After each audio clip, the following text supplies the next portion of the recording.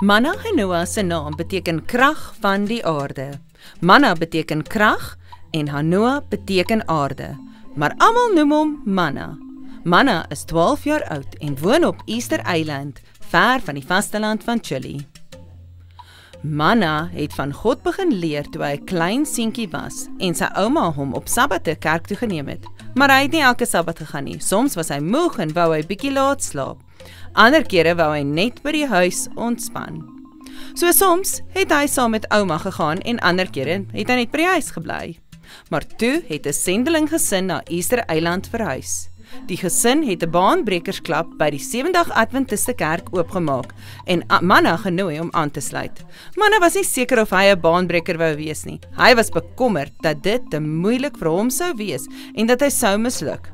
Manna het lank aan die sendelinge se uitnodiging gedink om by die klub aan te sluit. Hy wou regtig nee sê. Maar toe het hy met God gepraat. Dit was 'n Sabbatmiddag en hy het nie die oggend saam met ouma kerk toe gegaan nie. Hy het net moeg gevoel en wou by die huis rus.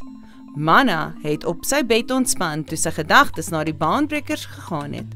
Hy het die uitnodiging onthou en hy het weer bang gevoel. Toe vertel hy vir God van sy vrese. Toe antwoord God hom. Manna het nie 'n stem gehoor nie, maar hy het net gevoel asof God met sy hart praat.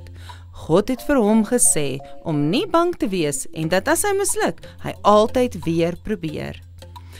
Oombliklik het al Manna se vrese verdwyn. Hy was nie meer bang nie. Hy het 'n baanbreker geword. Manna was mal daaroor om 'n baanbreker te wees. Hy was lief vir die klubaktiwiteite en hy was veral mal daaroor om meer van God te leer. Toe gee ouma haar hart vir Jesus en is gedoop. Ouma se suster is ook gedoop. Manna het hulle onder die water sien gaan en hy wou ook gedoop word. Manna het met die sendelinge oor sy begeerte gepraat en hulle was so bly.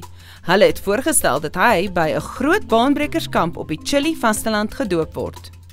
Sy ma was aanvanklik nie gelukkig oor die idee nie, maar toe sy sien hoe gelukkig Manna in die kerk en met die baanbrekers was, het sy ingestem.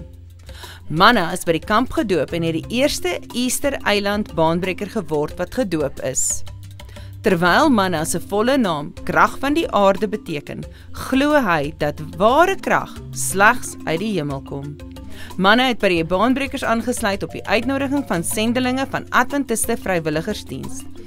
Een van die sendingprojekte vir hierdie kwartaal is 'n nuwe Adventiste vrywilligersdienssentrum by die Chili Adventiste Universiteit, waar studente kan leer om sendelinge te word. Dankie dat julle vrygewig tot hierdie belangrike projek bydra.